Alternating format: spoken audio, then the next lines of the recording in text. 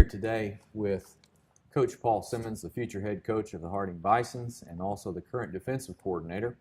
Coach, fun question.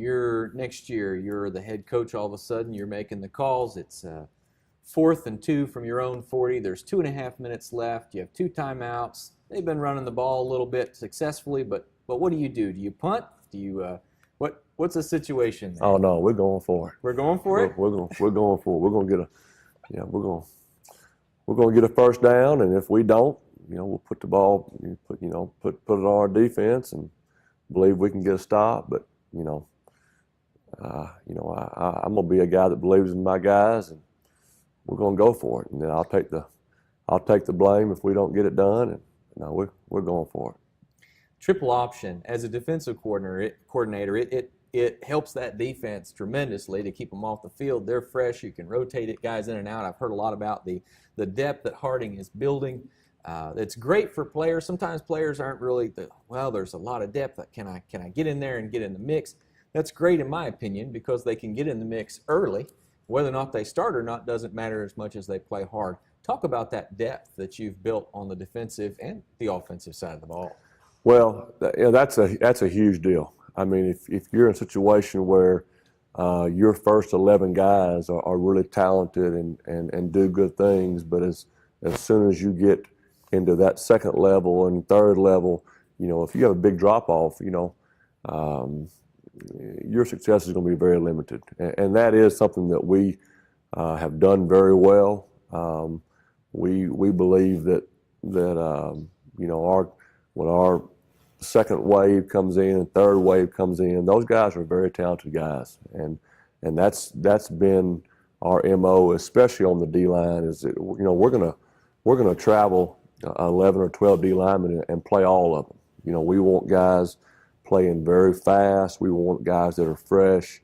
That was the message Saturday, over and over and over to the D line as we're the offense has the ball. I'm over there saying, don't play tired. Don't play tired. You fly to the football as fast as you can. You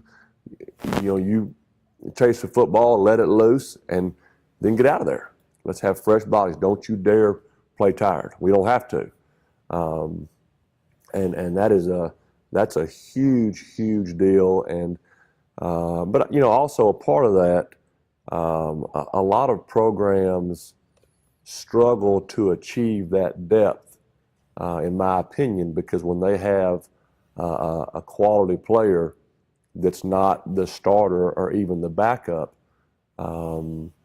it's very rare for a young man to handle that very well, because we are all driven by ego and we live in a selfish society. The message to young men over and over and over again is, you got to take care of yourself. You got to do the best thing for you. Well, that is exactly the opposite of what we talk about. You got to do the best thing for the family. And so in order to have that depth, you've got to have that second and third string guy with the mindset of, my mentality is not based on what's best for me. My mentality is, what is the very best thing for this family? And I'm going to tell you, we have some terrific players that are not getting to play very much. But the way they have handled that has a huge deal to do with the success that we've had, and the chemistry and guys loving each other. And when that game's over, it's all about, what did the team do? Not what did I do, not how much I get to play.